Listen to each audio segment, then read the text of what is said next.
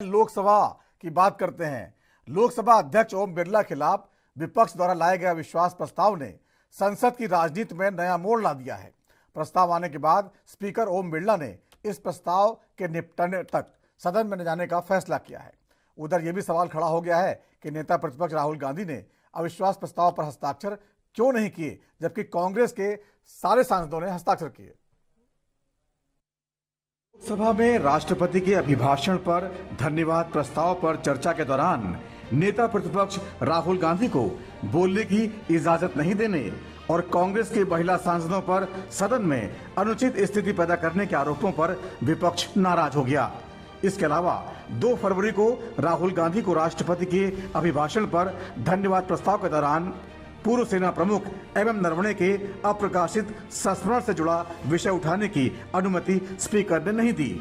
इसके साथ ही सदन की अवमानना के मामले में 8 विपक्षी सांसदों को पूरे सत्र के लिए निलंबित कर दिया गया।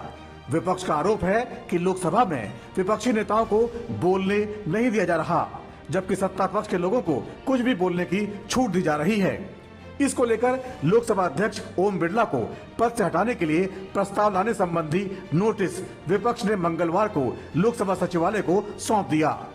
निचले सदन में कांग्रेस के उपनेता गौरव गोगोई, कांग्रेस के मुख्य सचेतक कोडिकुनिल सुरेश और सांसद मोहम्मद जावेद तथा अन्य ने लोकसभा सचिवालय को यह नोटिस सौंपा। नोटिस पर कांग्रेस, समाजवादी पार्टी, डीएमके और कई अन्य विपक्षी दलों के 118 सांसदों ने हस्ताक्षर किए, लेकिन नेता प्रतिपक्ष राहुल गांधी और तृणमूल कांग्रेस के सांसदों ने इस नोटिस पर हस्ताक्षर नहीं किए। Here is a tweet from Mr. Narawane. ये देख लीजिए please. Can you read, sir, please? Manoj Narawane ji. It's a tweet that says, "Hello friends, my book is available now. Just follow the link. Happy reading. Jai Hind." This is a tweet that Mr. Narawane has made. Both cannot be telling the truth. Okay? Do you think this is a conspiracy from the No. Please listen to what I said. Penguin is saying something. They're saying the book is not being published. Right? The book is available on Amazon. इसके बाद ओम बिरला ने तय किया है कि जब तक उन्हें हटाने के प्रस्ताव पर सदन में पूरी चर्चा और अंतिम निर्णय नहीं हो जाता, तब तक वे न तो सदन की कार्यवाही में शामिल होंगे और न ही पीठ पर बैठेंगे। स्पीकर ओम बिरला का यह फैसला संसदीय इतिहास में एक नैतिक और परंपरागत उदाहरण के तौर पर देखा जा रहा है। उनका मानना है जब उनके निष्पक्ष होने पर सवाल खड़ा किया जा रहा है, तब सदन को बिना किसी दबाव के अपना फैसला लेने देना ही संसदीय मर्यादा के हिसाब से सही होगा। सूत्र बताते हैं कि सरकार के वरिष्ठ मंत्री और कुछ विपक्षी नेता भी उन्हें सदन में लौटने के लिए मनाने की कोशिश कर सकते हैं, लेकिन फिलहाल बिरला अपने फैसले पर अडिग हैं। सूत्रों के अनुसार ओम बिरला का साफ कहना है कि वे तभी सदन में लौटेंगे जब लोकसभा दोबारा उनके प्रति अपना विश्वास जाहिर कर देगी।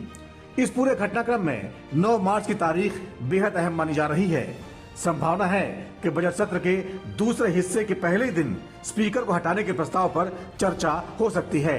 इसी सीढ़ी पे बैठ के धनखड़ साहब का ये लोग मजाक उड़ा रहे थे, टीएमसी के माननीय सांसद जी ने। इनका ये ड्रामा है, ये मजाक है। ये सिर्फ साफ ये कह दें कि हम मोदी जी के से हमको चिढ़ है। भाजपा हर राज्य में क्यों जीत रही है, भी महाराष्ट्र का नगर निगम भी जीत गई 25 साल बाद। इनको दिक्कत सिर्फ प्रधानमंत्री जी से और भाजपा की जीत से, उसमें बहाने तो धनखड़ साहब के लिए भी लाए थे। इन पूरे विश्व में इन लोग अपना मजाक उड़ा रहे हैं, भारत में अपना मजाक उड़ा रहे हैं, और ये अपने आने वाले चुनाव में अपने आप को खुद खत्म करना है। ये लोग चाह रहे हैं कि हम कुछ चंद बचे हैं वो भी खत्म हो जाएं। ये चाह रहे हैं कि स्वयंभू हम लोग अपना ही नाश करें, तो ये लोग अपनी तैयारी में। अब समझते हैं कि आगे की प्रक्रिया कैसे होगी। लोकसभा के नियमों के अनुसार किसी भी अविश्वास प्रस्ताव को चर्चा के लिए स्वीकार करने के लिए कम से कम 50 सांसदों का समर्थन जरूरी होता है। सदन में इन सांसदों से समर्थन के लिए हाथ खड़े कराए जाएंगे। अगर ये संख्या पूरी हो जाती है तो उस दिन सदन की अध्यक्षता कर रहे डिप्टी स्पीकर या पैनल ऑफ चेयरपर्सन चर्चा की अनुमति देंगे। इसके बाद सदन में विस्तृत बहस होगी और फिर मतदान के जरिए ये तय होगा कि ओम बिरला पद पर बने रहेंगे या नहीं। अब सवाल उठता है, नियम क्या कहते हैं। भारतीय संविधान का अनुच्छेद 96 स्पष्ट करता है कि लोकसभा अध्यक्ष को हटाने का प्रस्ताव विचाराधीन होने की स्थिति में स्पीकर सदन में उपस्थित रह सकते हैं, लेकिन वे अध्यक्षता नहीं कर सकते। इतना ही नहीं, नियमों के अनुसार स्पीकर को ऐसी स्थिति में बोलने और पहली बार वोट देने का अधिकार भी होता है। हालांकि वे निर्णायक मत नहीं दे सकते, यानी कानूनी रूप से ओम बिरला के सदन में न जाने की कोई बाध्यता नहीं है। ये फैसला पूरी तरह स्वैच्छिक और नैतिक है। परंपरा यही रही है कि जब स्पीकर के पद पर सवाल उठे हैं तो वे खुद को पीठ से अलग रखकर सदन को स्वतंत्र रूप से निर्णय लेने का अवसर दें। स्पीकर के खिलाफ अविश्वास प्रस्ताव का फैसला न सिर्फ सत्ता और विपक्ष के बीच टकराव को और बढ़ाएगा, बल्कि आने वाले दिनों में संसद की कार्यवाही और राजनीति दोनों पर गहरा असर डाल सकता है। इस बीच कांग्रेस सूत्रों का कहना है कि संसदीय लोकतंत्र में विपक्ष के नेता का स्पीकर को हटाने की मांग वाली याचिका पर हस्ताक्षर करना सही नहीं माना जाता, इसलिए राहुल गांधी ने इसमें हस्ताक्षर नहीं किए हैं। हालांकि कांग्रेस स्पीकर का पुरजोर विरोध करती रहेगी। ANB न्यूज की रिपोर्ट। तो इस पर पूरी चर्चा करते हैं। आखिरकार संसद में जो पूरे दिन हंगामा हुआ, नरवणे की किताब को लेकर हंगामा हुआ और जो स्पीकर के खिलाफ अविश्वास प्रस्ताव लेकर आया है विपक्ष, उस पर भी लगातार बात हो रही है। हमारे साथ जुड़ चुके हैं बीजेपी के प्रवक्ता सुमित शशांक जी और कांग्रेस के प्रवक्ता आशु अवस्थी जी। सुमित जी, सबसे पहले आपसे जानना चाहेंगे, जिस तरह से विपक्ष ने अविश्वास प्रस्ताव दिया है स्पीकर के खिलाफ, ओम बिरला जी ने फैसला किया कि वो नहीं जाएंगे जब तक कि इस पर निपटारा नहीं जाता।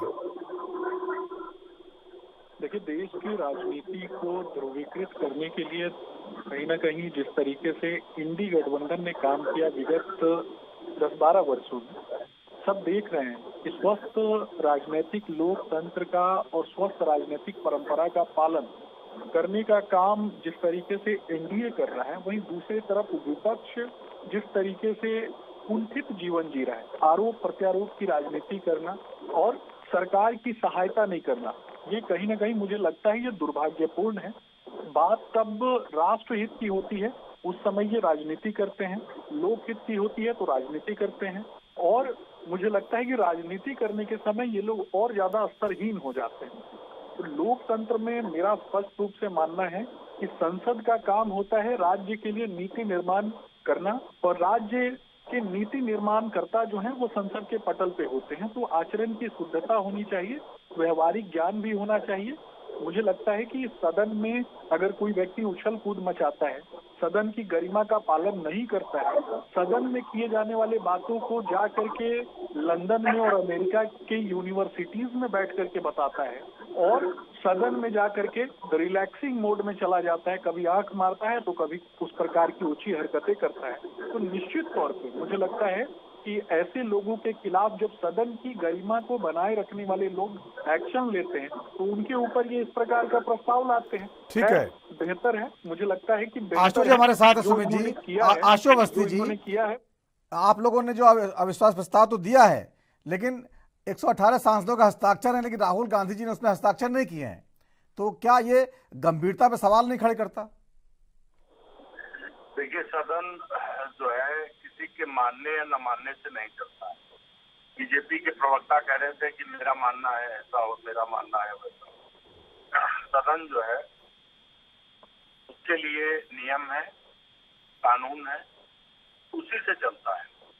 ओम बिरला जी पक्षपात कर रहे हैं, इसमें कोई दो राय नहीं, और लगातार इसलिए जो भी टिप्पणी बीजेपी के साथी करते हैं, बीजेपी के नेता करते हैं, तो मर्यादा, आचरण, ध्रुवीकरण कौन करता है ये सभी जानते हैं। प्रधानमंत्री कभी कभी कपड़ों का रंग बताना शुरू करते हैं, कपड़ों से पहचानना शुरू करते हैं, लेकिन पुलवामा में 600 किलो RDX कैसे आए इसको नहीं बता पाते।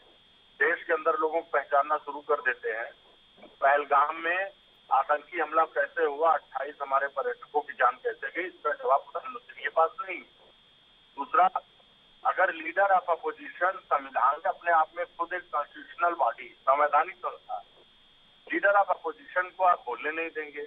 अभिभाषण में ओम बिरला जी कहेंगे कि राहुल गांधी जी नहीं खुद ही बोलेंगे, तो मर्यादा का आचरण कौन है, तो देश देख रहा है। हम तो ये कहते हैं कि देश को तय करने दो।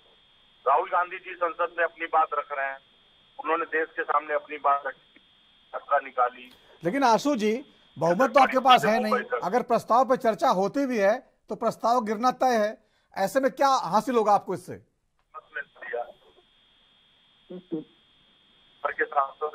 आशु अवस्थी जी, आशु अवस्थी जी, मेरा सवाल सुन लीजिए। आशु अवस्थी, मेरा सवाल सुन लीजिए। सवाल है कि आपका बहुमत तो है नहीं तो प्रस्ताव तो गिर जाएगा, तो ऐसे में हासिल क्या होगा इससे आपको? मुझे लगता है कि आपको मेरा भी जवाब ले लेना चाहिए। हाँ, मैं आ रहा हूँ, इसके बाद आ रहा हूँ आपके पास। मोदी जी के पास भी नहीं है, 240 सीटों की सरकार चला है वो। नीतीश कुमार, चंद्रबाबू नायडू स्पीकर के मामले में क्या फैसला आने के बाद तय होगा ना।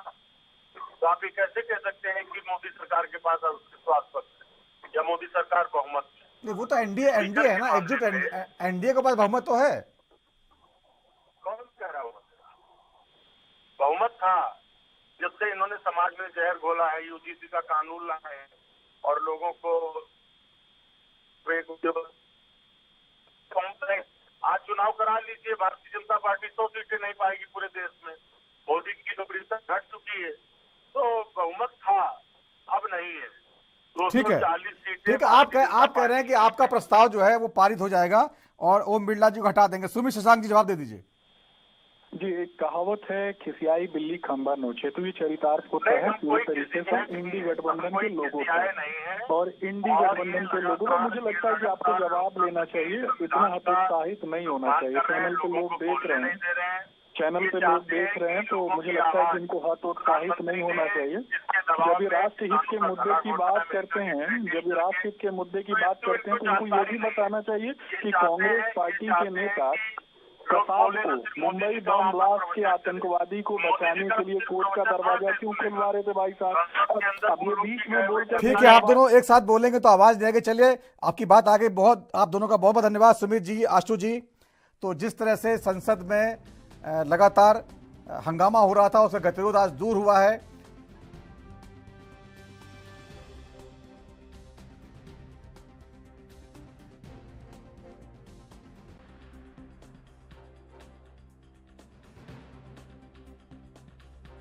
राहुल गांधी जी एक किताब को लेकर भी लगातार चर्चा में है। पूर्व सेनाध्यक्ष एमएम नरवणे की किताब है ये, जिसको कोड करते हुए राहुल गांधी संसद में बोलना चाहते थे, लेकिन उनको बोलने नहीं दिया गया। संसद के बाहर उन्होंने आरोप लगाए हैं किताब के हवाले से। और लेकिन किताब के प्रकाशक जो पेंगुइन है, उन्होंने कहा कि किताब अभी तक प्रकाशित ही नहीं हुई। राहुल गांधी जी ने कहा कि प्रकाशक झूठ बोल रहे हैं। खुद नरवणे ने अपनी किताब को लेकर ये ट्वीट किया था कि ये बिक्री के लिए उपलब्ध है, आप यहाँ से खरीद सकते हैं, बुक करा सकते हैं। तो ये विवाद का विषय बना हुआ है, आखिरकार किताब आई है या नहीं आई है, और राहुल गांधी जो दावा कर रहे हैं वो किताब में है या नहीं है।